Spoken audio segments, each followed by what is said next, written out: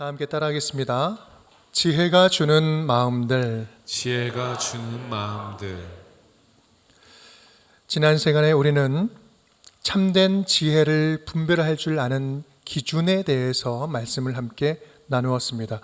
크게 두 가지 질문을 통해서 알 수 있다고 했는데, 첫 번째는 뭐였을까요? 그 지혜가 하나님께 가깝게 나아가게 하고 있는가라는 질문이었고, 또 하나는 그 지혜가 화평케 하는 지혜인가? 이 두 가지 질문을 보았습니다. 이 말씀이 무분별하게 쏟아지는 현대의 정보의 홍수 속에서 하늘로부터 오는 참된 지혜를 분별할 수 있는 좋은 도구가 될 수 있기를 간절히 바랍니다. 17절, 우리가 함께 읽은 17절 말씀은 이 위로부터 나는 지혜가 우리에게 주는 덕목들을 조금 더 설명을 하고 있습니다. 소개하고 있지요. 이 덕목들은 위로부터 난 지혜 안에 있는 것들인데, 이 사람들과의 관계적인 면을 다룬다는 점에서 화평케 하는 마음과 연결지어서 이해할 수 있습니다. 즉 이런 거죠. 우리는 어떤 지혜로운 마음을 품을 때 화평을 심어 의의 열매를 거둘 수 있는가? 어떤 마음을 품어야 화평케 하는 자가 될 수 있는가? 그런 의미에서 세 가지 마음을 함께 살펴보려 합니다. 오늘 말씀드리는 덕목들은 각 개념을 이해하는 측면보다는 우리가 어떻게 어떤 마음을 품고 살아가야 할지 그 적용하는 면을 좀 중점적으로 살펴보려고 합니다. 그렇다면 바로 우리 지혜가 주는 마음에는 어떤 것이 있는지 한번 살펴보도록 하겠습니다. 첫 번째, 우리 함께 따라해 볼까요?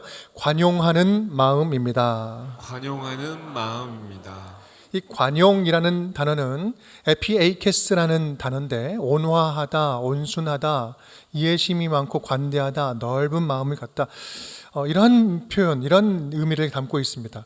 이 바클레이라는 신학자는 이 성경의 이 용어 가운데 이 관용이라는 단어가 가장 해석하기 힘든 단어다라고 이야기를 해요. 왜냐하면 뭔가 좀 알겠는데, 무슨 의미는 알겠는데 명확하게 어떤 거다라고 얘기하기가 좀 힘든 부분이 있기 때문이죠. 저는 오늘 이 관용이라는 이 단어에 대해서 좀 쉽게 우리 한 문장으로 좀 이해할 수 있는 것을 소개하려고 합니다. 쉽게 말하면 이렇습니다. 관용이라는 것은 내 입장보다 다른 사람, 상대방의 입장을 더 먼저 생각하고 받아들여 줄 수 있는 넓은 마음, 내 생각보다 다른 사람들을 먼저 받아들이는 이 마음, 이렇게 표현할 수 있을 것 같아요. 이것을 조금 더 함축적으로 이야기하면 이타적인 넓은 마음이라고 할 수 있습니다. 그런데 문제는 이것이 말하기는 쉬운데 이런 마음 품기가 참 쉽지 않다라는 거예요. 참 쉽지 않다. 지난주 월요일에 봄맞이하는 마음으로 제 아내와 함께 큰 화원에 한번 갔습니다. 그 화원에 가서 세일을 하길래 5,600원짜리 애니시다라는 묘목 하나를 샀습니다. 예쁜 나무예요. 그래서 설레는 마음으로 예쁘게 잘 키워봐야 되겠다 마음을 먹고 집에 갖다 놨습니다. 그러고 나서 저녁 늦게 다시 집에 돌아왔는데, 글쎄 그 사이에 우리 아내가 가지치기를 해놨어요. 근데 가지치기를 아주 심하게 해놨어요. 분명히 예쁜 나무였는데 앙상한 십자가 나무가 된 거예요. 예쁘던 나무가 고난의 십자가가 되었어요. 잘려나간 그 가지 파편들 보니까요, 물꽂이 한다고 여기저기에 막 꽂아놓은 거예요. 저는 큰 충격을 받음과 동시에 마음이 감정이 상하는 거예요. 물론 저는 식물보다 아내를 더 사랑합니다. 그런데요, 그 순간에는 도저히 용납이 안 되는 거예요. 어떻게 이런 참사가 일어날 수 있을까? 제가 보니까 한 10분 정도를 막 울그락불그락 하면서 막 이런저런 이야기를 막 하면서 화를 내고 있더라고요. 사실 나무는 안 죽으면 다시 살아나는 거 아닙니까? 그게 별로 크게 중요한 거 아니에요. 별거 아닌 것 같은데 이 감정이 상하는 거예요. 그러면서 나도 스스로 당황스럽고 내가 왜 이러지 이러는 거예요. 그러면서 잠들었습니다. 물론 그 다음날 화낸 거에 대해서 정중하게 사과했습니다. 다음날 말씀을 준비하는데 이런 마음이 문득 이런 생각이 드는 거예요. 이것이 너의 관용 없음의 문제가 아닐까? 너의 관용 없는 문제가 아니겠느냐? 이런 이제 마음이 드는 거예요. 저도 나름 보시는 것과 같이 그 이해심이 많고 좀 넓은 마음이라고 스스로 자부하고 있었는데 따지고 보면 내가 받아들이지 못하는 내 확고한 기준들이 굉장히 내 안에도 많이 있었다라는 것을 알게 됐죠. 받아들일 수 있는 일을 받아들이는 것은 관용이라고 이야기하지 않습니다. 그냥 내 기준으로는 이해하기 힘든 그것을 너그럽게 먼저 용납해 주는 것, 받아들여 주는 것, 이것이 관용인 것이죠. 그런 면에 있어서 내 안에 깨닫지 못한 내 확고한 기준들, 그것들을 다시 한번 보게 되는 기회가 되었습니다. 여러분, 그렇습니다. 사실 상대방을 먼저 이해해 주는 이 관용이라는 덕목은 인간 관계에 있어서 가장 일선에 있는 기초적인 마음일 것입니다. 그런데요, 가장 기초적이라고 이야기해서 가장 쉬운 것은 결코 아닙니다. 오히려 관용이라는 이 인간관계의 첫 번째 문이 어찌 보면 제일 힘든 문인 것 같아요. 그래서 오늘 우리에게 말씀하시는 것이 아니겠습니까? 네가 위로부터 난 하늘의 지혜를 사모한다면 너에게는 먼저 이 관용의 훈련이 필요하다. 다른 사람들을 먼저 받아들여주는 이 마음의 훈련이 필요하다라는 거죠. 빌립보서 2장 말씀, 너희 안에 이 마음을 품으라 곧 그리스도 예수의 마음이니, 예수의 마음을 품으라고 이야기합니다. 그 예수님의 마음은 무엇입니까? 갈라디아 5장 말씀 보면 성령의 열매로 표현을 하고 있죠. 오직 성령의 열매는 사랑과 희락과 화평과 오래 참음과 자비와 양성과 충성과 온유와 절제니 이 같은 것을 금지할 법이 없느니라. 25절, 만일 우리가 성령으로 살면 또한 성령으로 행할지니, 이거는 예수 그리스도의 마음들인데 우리의 안에는 그렇게 살 능력이 없으니 누구를 의지해라? 보혜사 성령께서 우리와 함께 하시니 성령님을 의지하여서 예수의 마음 품기를 힘쓰고 훈련해라 라는 말씀이죠. 훈련해야 되는 거구나. 이것이 성령 안에서 마음 훈련이 필요한 것이구나. 이렇게 훈련이라고 생각하니까요, 이런 마음이 들더라고요. 아내가 얼마나 시원시원하게 키우고 싶었으면 싹둑싹둑 잘랐을까. 내가 충분히 이해해 주겠다. 이렇게 훈련이라고 생각하고 그런 마음 품으니까 마음이 편해지더라고요. 사랑하는 여러분, 우리는 모두가 다 자기 생각이 있습니다. 다 확고한 자기 입장이 다 있어요. 그리고 우리 모두는 99% 자기 생각이 옳다고 생각합니다. 그런데 진짜 자기의 생각이 다 옳을까요? 예를 들어서 하나님이 만약에 내 소원만 100% 들어주신다면 여러분, 이 세상 어떻게 돌아가겠습니까? 그게 옳다고 생각해도 결코 옳지가 않은 것들이 많이 있거든요. 위로부터 난 지혜로 화평을 이룰 수 있는 것은요, 각자 있는 자리에서 한 걸음씩 물러나 서로 이해해 줄 수 있는 용기를 품을 때, 그 용기가 있을 때 가능한 것입니다. 바라기는 오늘 마음에 관하여 말씀 듣는 이 말씀을 훈련으로 여겼으면 좋겠어요.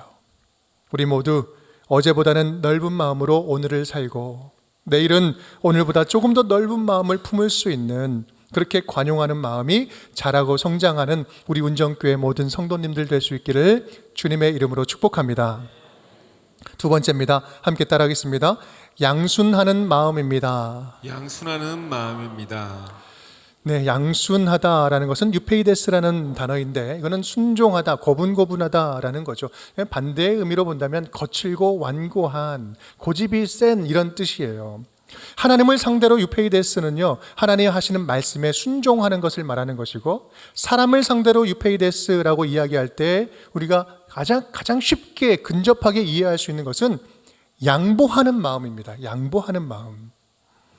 그러면 우리는 어떻게 적용해 볼 수 있을까요? 이거는 우리가 반대 의미를 생각해 보면 적용하는데 좀 더 도움이 될 수 있을 것 같아요. 반대 의미가 뭐였습니까? 거칠고 완고한, 고집이 센, 고집 센 것 좀 이해 오시죠? 종종 보면 우리 사람들은 고집 센 것을 자랑하고 미화하는 경우들이 있습니다. 나는 한 번 맘먹은 거 있으면 끝까지 난 다 한다. 이게 자랑처럼 이야기를 합니다. 여러분, 고집 센 것이 자랑스럽습니까? 고집 세다고 자랑하지 마십시오. 고집과 신념을 헷갈려서는 안 돼요. 고집 부리는 것은 자존심을 굽힐 줄 모르는 일종의 병이에요. 고집을 좀 병리학적으로 우리가 설명을 한다면 주변인들에게 거칠고 힘들게 하면서도 자기만 모르는 소통 불감증, 이것을 고집이라고 이야기할 수 있어요. 신학교 다닐 때부터 제 성경책 맨 앞장에 써놓은 글귀가 있습니다. 한번 읽어볼까요? 한글만 읽어보겠습니다. 본질적인 것에는 일치를, 비본질적인 것에는 자유를, 모든 것에는 사랑을 추구하라. 네, 멜데니우스라는 유명한 신학자의 글인데요. 기독교가 품어야 할, 또 성도들이 품어야 할 이 다양성과 통일성에 대해서 말한 굉장히 유명한 명언이죠. 신앙생활을 하다 보면 너무 사소한 일에 목숨을 거는 경우들이 참 많이 있습니다. 죽기 살기로 막 고집을 부리는데 사실 따지고 보면 그렇게 중요하지 않은 경우들이 참 많이 있어요. 사역을 하다 보면 공동체가 힘들어지고 깨지는 문제들을 잘 들여다보면 대부분 본질적인 문제가 아니라 비본질적인 문제에 서로 걸려 넘어지는 경우들이 너무나 많은 거예요. 그래서 여러분, 오늘 우리 모두가 함께 기도하는 기도 제목 하나 알려드리겠습니다. 함께 한번 읽어볼까요? 오늘부터 사소한 일에 목숨 걸지 않겠습니다. 고집 부리지 않고 양보할 줄 아는 넓은 마음을 주옵소서. 아멘. 너무나 쉬운 거, 너무 유치합니까? 여러분, 여기부터 시작하는 거잖아요. 이것이 우리의 고백이 되었으면 좋겠어요. 조금 더 멈추어서 한 걸음 양보할 줄 아는 그런 마음을 품는 것, 이것이 우리에게 주는 훈련이죠. 여러분, 그 주의 자녀들이 세상에서 기쁘게 양보할 줄 아는 이유가 뭔지 아세요? 세상 사람들은 양보하지 못해도 우리는 기쁘게 양보할 줄 아는 이유, 그것은 하나님의 자녀들은요, 이미 하나님 안에서 하늘에 잇된 평화와 평안과 자유와 기쁨을 충만하게 경험할 수 있기 때문에 그래요.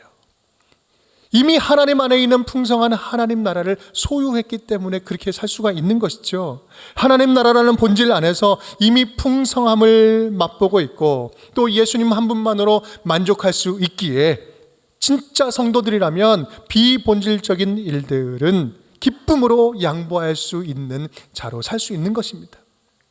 그렇게 양보하는 현장이 곧 화평으로 심어 의의 열매를 거두는 그러한 곳이 되는 것입니다. 여러분, 이 시간 간절히 바라기는 본질적인 일에는 일치를 보고 비본질적인 일 앞에서는 서로 충분히 양보할 수 있는 운정의 모든 성도들이 될 수 있기를, 그것이 우리 교회의 전통이 될 수 있기를, 그것이 우리 운정교회의 자랑이 될 수 있기를 주님의 이름으로 축복합니다. 세 번째입니다. 우리 함께 읽겠습니다. 불쌍히 여기는 마음입니다. 불쌍히 여기는 마음입니다. 성경을 말씀합니다. 주님 오실 때까지 우리 주변에 가난한 자들은 끊임이 없을 것이라고 이야기를 하시죠. 신명기 15장 11절 우리 함께 읽어보겠습니다. 땅에는 언제든지 가난한 자가 그치지 아니하겠으므로 내가 내게 명령하여 이르노니 너는 반드시 내 땅 안에 내 형제 중 곤란한 자와 궁핍한 자에게 내 손을 펼지니라. 아멘. 여러분, 이 말씀, 이 신명기 말씀을 다른 말로 하면 우리는 죽을 때까지 해야 할 일이 있다라는 거예요. 죽을 때까지 해야 할 일이 있다. 우리 주변에 있는 빈 곳, 낮은 곳, 도움이 필요한 사람들에게 하나님의 자녀들, 이 교회를 통해서 하나님은 당신의 사랑을 채우고 흘러가게 하겠다. 하나님의 계획, 이 땅을 하나님 나라로 세우는 하나님의 살아계심을 전하는 그런 하나님의 계획이 여기 있다라는 거예요. 우리 교회의 역할 가운데 긍휼 사역은 해도 되고 안 해도 되는 그런 착한 일 정도로 생각하면 여러분 곤란합니다. 그렇게 생각하면 어떤 일이 벌어지는지 아세요? 교회가 이제 재정이 좀 멈추고 힘들어지면 어떤 일을 제일 먼저 할까요? 일반적으로 제일 먼저 교회 바깥으로 나가는 그런 금액들을 삭감하거나 끊어요. 선교비 지원을 끊고 긍휼 사역을 멈춥니다. 그러면서 재정 상황이 급한 위기가 멈추면 그때 다시 재개해도 된다라고 설득을 하죠. 여러분, 이 말에 동감하십니까? 여러분, 이런 결정은요, 하나님 나라 관점에서 보면 함께 살자는 말이 아니라 함께 빨리 죽자라는 말과 똑같습니다. 왜 그럴까요? 그 이유는 간단합니다. 교회의 생존은 누가 책임지십니까? 하나님이 책임져 주시는 거예요. 하나님이 맡기신 일을 제대로 못하면 교회는 힘을 잃고 소멸해 갑니다. 반면에 하나님이 맡겨주신 그 일들을 열심히 하다 보면, 열심히 하다가 망하면 여러분, 그것은 기쁨이에요. 그리고 하나님은 또 다른 살 길을 열어주실 것입니다. 그것이 하나님의 교회, 당신이 책임져 주시는 교회인 거예요. 우리 교회 슬로건이 주다가 망해도 성공이다. 이것이 말뿐인 슬로건이 아니라 우리 교회 진짜 삶이 될 때 진정한 교회로서의 사명을 다할 수 있는 것입니다. 여러분, 지금까지의 우리 교회 4년간 왔는데 한번 뒤돌아보십시오. 우리 교회가 아직 어리고 미약하지만 할 수 있는 대로 어떻게든 조금씩 돕고 흘려보내는 일을 멈추지 않으려고 열심히 노력하다 보니 하나님께서 더 넘치도록 부어주시는 것을 저와 여러분 함께 경험하지 않았습니까? 우리는 주님이 기뻐하실 일을 멈추지 않고, 주님은 당신의 교회를 멈추지 않고 책임져 주시는 이 모습이 아름다운 하나님 나라 모습 아니겠습니까? 교회 크기를 키우고 재정을 유지하는 일에 힘쓰는 것이 아니라 맡겨주신 이 지역을 더 효과적으로 복음을 전하고 사랑을 실천하기 위해서 건강한 교회가 건강한 교회를 낳는 이 분립개척, 이 분립하여서 하나님 나라를 더욱더 멋지게 세워갈 수 있다면 그것이 바로 하나님이 진정으로 기뻐하시는 일 아니겠습니까? 교회를 교회답게 유지하는 것이 뭐라고 생각하십니까? 어떤 조직의 힘일까요? 전통이 가지고 있는 종교적인 영향력일까요? 성도라는 맨파워일까요? 안정적인 재정 수입과 물질의 힘일까요? 교회가 소위 성도라는 고객을 끌어모으기 위해서 힘쓰고 재정적인 안정 확보를 위해서 운영하는 그런 영리단체입니까? 아니요, 그럴 수 없지요. 교회는 하나님 나라를 계속해서 세워가는 존재 아닙니까? 지난주에 저는 개인적으로 정말 속상한 적이 있었습니다. 그 속상한 이야기를 한번 나눠볼까 해요. 어떤 모임에 갔는데 한 목사님이 저에게 이제 대화를 걸어오시면서 이런 말씀을 하시는 거예요. 우리 교회가 올해 분립개척 한다는 소문을 듣고 이제 저에게 말씀을 거시는 거죠. 이렇게 말씀합니다. 성도님들이 분립한다고 하니까 분립하기가 싫어서 교회가 성장하지 않으려고 사역을 대충 하지는 않습니까? 이렇게 물어보시는 거예요. 이해가 잘 안 되는 거예요. 교회가 좀 작아지고 성도가 줄어들고 교회가 나눠지는 것이 싫고 재정이 또 부족해지고 많이 들고 불편하니까 좀 그렇게 대충 하지 않습니까? 처음엔 저도 농담인 줄 알았어요. 그런데 이렇게 이야기하는 거 보니까 진심이신 거예요. 가만 들어보니까 우리 교회 분립을 아주 큰 위협으로 받아들이고 계시더라고요. 큰 교회가 인근 지역에 브랜드 있는 더 또 좋은 교회를 또 세우면 주위의 작은 교회 성도들을 진공청소기처럼 다 빨아들이져 가지 않냐고. 광성교회가 생길 때도 그랬다고. 그게 큰 교회가 할 일이냐고. 제가 무슨 말을 하려고 하면 듣지도 않고 계속해서 이렇게 막 말씀하시는 거예요. 저는 전부터 이러한 의견들 충분히 그런 시각이 있을 수 있다고 알고 있었습니다. 듣고 있었죠. 물론 큰 교회로 인한 작은 교회들의 속상한 마음들, 또 말하지 못할 그러한 마음들이 있는 것을 잘 압니다. 모르는 게 아니에요. 그래서 더욱더 있는 자리에서 큰 교회든 작은 교회든 겸손하게 섬겨야 되는 것이죠. 다만 그럼에도 불구하고 속으로 안타까운 마음을 금할 수가 없었습니다. 이 교회를 바라보는 관점이 달라도 저하고 너무나 다른 거예요. 그것이 안타까운 거죠. 다른 것보다 교회 세우는 일을 하나님 나라 관점으로는 전혀 생각하지 않고 기존 성도들, 신자들을 빼앗아가는 큰 범죄 행위로만 해석하는 그 시각은요, 너무나 저에게는 충격적이었습니다. 도대체 우리들이 추구하는 교회, 우리가 꿈꾸는 교회는 누구를 위한 교회인가? 누구를 위한 교회인가? 성도라는 고객들을 다른 교회에 뺏기지 않도록 힘쓰고 노력하는 것, 이것이 교회가 하는 열심인가? 이게 교회의 본질인가?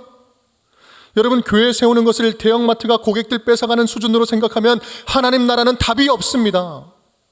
우리들의 진정한, 하나님의 교회들의 진정한 경쟁 상대는 누굽니까? 다른 교회가 아니에요. 믿음 없이도 잘 살 수 있다라고 이야기하는 세속적인 세상 아니겠습니까? 타락한 문화 아닙니까? 거짓된 종교들, 이단 사이비들 그 집단들처럼 하나님 나라를 방해하는 것이 진정한 하나님의 교회의 경쟁 상대요, 대적들 아닙니까? 교회 분립에 대해서 계속해서 뭐라고 하시는데 너무 듣다가 저도 가슴이 답답해서 이렇게 물어봤습니다. 목사님, 그러면 제가 어떻게 할까요? 어떻게 할까요? 그분 이야기로는 제가 뭐 어떻게 할 수 있는 게 없는 거예요. 그러니까 아무런 대답을 못 하셔요. 여러분, 하나님 나라라는 큰 그림이 없는 교회의 부흥은요, 성도들 많이 끌어모으는 대형 교회가 되는 대형 교회가 되는 사업 비전 외에는 이상도 이하도 아닙니다. 거기에는 욕심과 패배의식뿐이요, 교회 세우는 일은 교회가 분쟁하는 일로밖에 해석이 되지 않습니다. 여러분, 이것이 하나님이 원하시는 마음일까요? 저는 그 이야기를 들으면서 더 우리 교회가 겸손하게 지역을 책임져야 되겠다, 그런 생각을 해보게 되었습니다. 여러분, 우리들의 모든 교회는요, 하나의 교회입니다. 한 하나님을 모시고 있는 하나의 교회예요. 큰 교회는 큰 교회대로, 작은 교회는 작은 교회대로, 개척교회든 기존 교회든 모든 교회가 힘을 합하여서 하나님 나라를 전하고 확장시키는 일에 함께 목숨 걸고 힘써야 되는 거 아니겠습니까?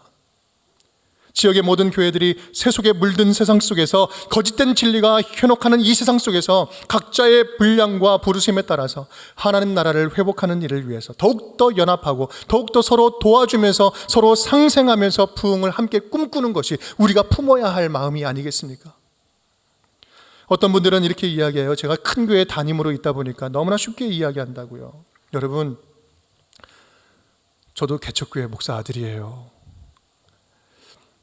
저의 집 안방 옆방 뜯고 교회를 개척하는 것을 제가 다 똑똑히 보고 기억하고 있는 목사입니다. 어찌하다 보니 저희도 자의반 타의반 예수 믿은 지 50년이 되었어요. 교회 다닌 지가. 목사로서 10명 교회로부터 10,000명 교회까지 다 모든 다양한 교회를 섬겨 보았습니다.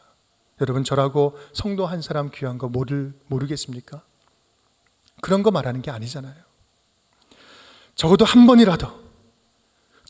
번이라도 하나님 나라의 입장에서 생각해 보았으면 좋겠습니다.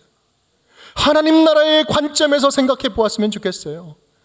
도농을 접하고 있는 이 신도시에서 성도들이 수평적으로 이동할 수 있다는 그 현실이 앞으로 건강한 교회를 절대로 세워서는 안 되는 절대적인 이유가 될 수 있을까요? 여러분, 적어도 그 이유는 저에게 설득력이 없습니다. 전에도 말씀드린 바와 같이 우리 교회 새가족들은요, 운정에 이사 오시면서 재결신하시는 분들이 대부분이에요. 새로 믿기 시작하시는, 신앙을 새롭게 다짐하시는 분들이에요. 이사라는 환경의 변화를 통해서 정체된 신앙을 회복하기 위해 등록하시는 분들이 4분의 3이에요. 한 8%에서 10% 정도는 우리 운정교회에 와서 처음 예수 믿기 시작하시는 분들이 계세요. 작년에 35명 계셨어요. 여러분, 그 밖에 한 15% 정도는 인근 지역, 파주 일산 지역의 인근 지역에서 오시는 분들입니다. 거기에는 묻지 못할 여러 사연들이 있기도 합니다.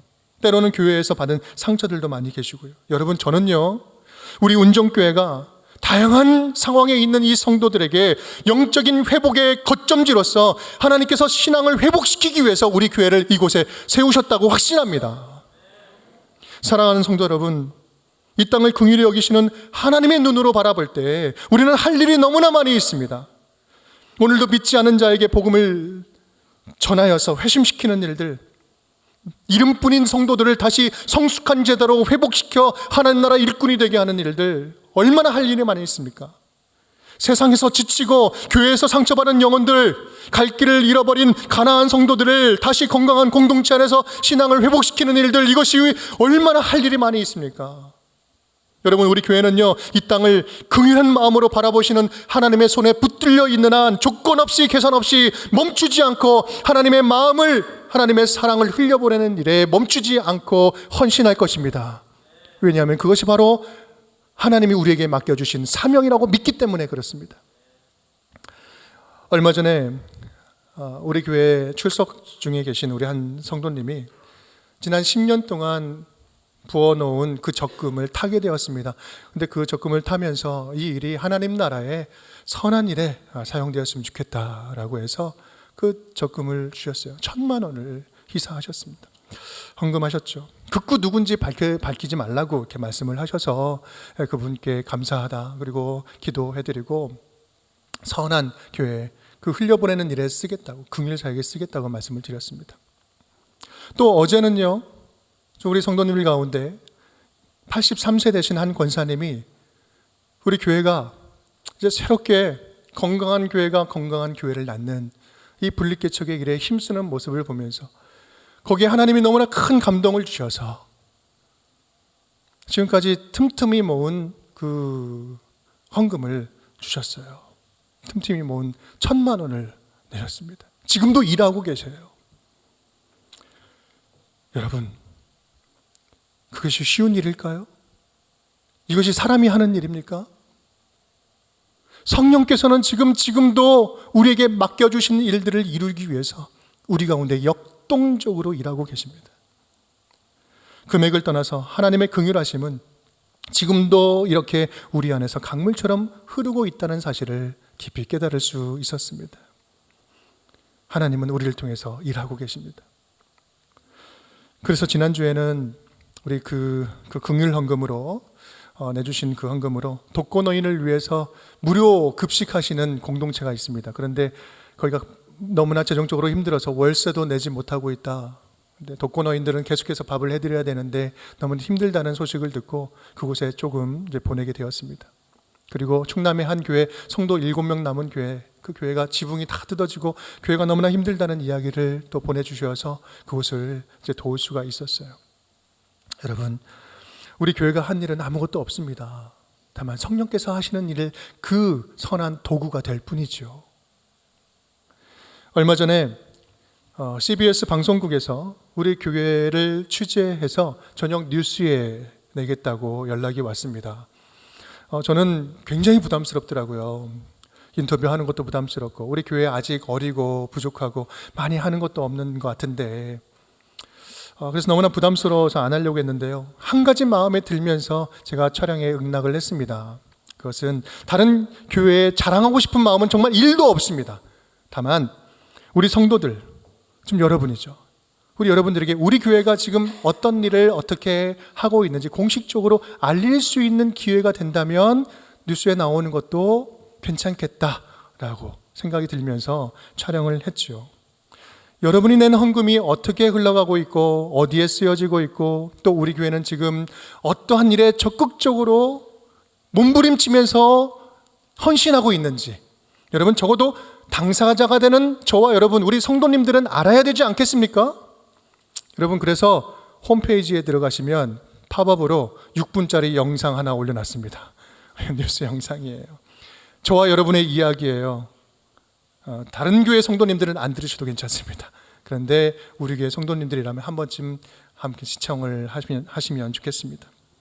중요한 사실은요, 우리 교회가 지난 4년간 열심히 달려왔는데 거창한 비전 내걸고 뭔가를 이루겠다고 한 번도 그래 본 적은 없는 것 같아요. 하지만 주어진 상황 속에서 최선을 다하고 하나님의 사랑을 흘려보내려고 하는 이 아주 기본적인 마음들, 이 섬기는 마음으로 이렇게 힘쓰다 보니 주님께서 정말 선한 도구로 많이 써주셨다라는 사실을 알게 되는 것입니다. 우리 교회가 자랑할 게 뭐가 있겠습니까? 우리 교회가 돈이 많다고요? 아니요. 전통이 깊다고요? 아니요. 전통도 없어요. 담임 목사가 잘난 것도 아니에요. 성도님들 부자들만 모인 교회도 아닙니다. 그런데요, 하나님은 우리 교회에 하나님의 마음, 긍휼한 마음을 담아주시고 긍휼의 그릇이 되게 하시고 그것을 마음껏 순종하는 우리 교회를 하나님께는 더 부어주셔서 채워주셔서 하나님의 놀라운 도구로 사용해 주셨다. 이 사실 자체가 진짜 자랑거리 아니겠습니까?